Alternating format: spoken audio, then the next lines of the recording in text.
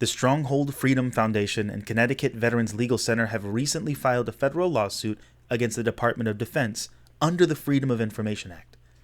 The lawsuit aims to reveal records that document toxic conditions at Karshi-Kabanabad Air Base in Uzbekistan, also known as K2. The DOD has repeatedly obstructed the public's right to information that is directly impacting the health and lives of veterans who serve their country. K2 was a crucial staging ground for the war in Afghanistan, with more than 15,000 U.S. service members deploying through there. The Veterans Legal Services Clinic at Yale Law School is representing the plaintiffs in the case. Karshi-Kabanabad Air Base, commonly referred to as K2, is a former Soviet air base located in southeastern Uzbekistan. The base shares a border with northern Afghanistan and was used by the U.S. military as a major staging ground for the war in Afghanistan. Over 15,000 U.S. service members were deployed to K2, where they established Camp Stronghold Freedom to support combat missions between 2001 and 2005.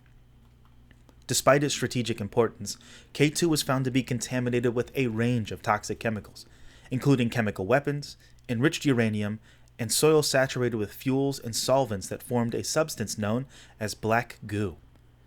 Air samples taken at the base revealed elevated levels of tetrachloroethylene and other chemicals, including cyanide, in the showers. Health assessments also found that K2 had elevated levels of volatile organic compounds and total petroleum hydrocarbons throughout the camp. Although a DOD health risk assessment in 2002 recommended against digging into soil contaminated with jet fuel, these areas were populated with tents where soldiers slept, and they had aircraft hangars.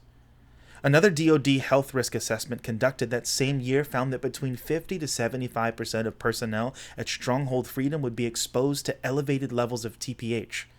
Moreover, a U.S. Army study conducted in 2015 found that veterans exposed to the chemicals at K2 were 500% more likely to develop cancer, including malignant melanoma and neoplasms of the lymphatic and hematopoietic tissues.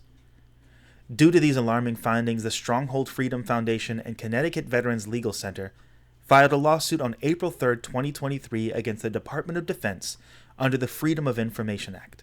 The lawsuit seeks disclosure of records documenting toxic conditions at K2, which could help veterans receive the medical care and benefits that they deserve.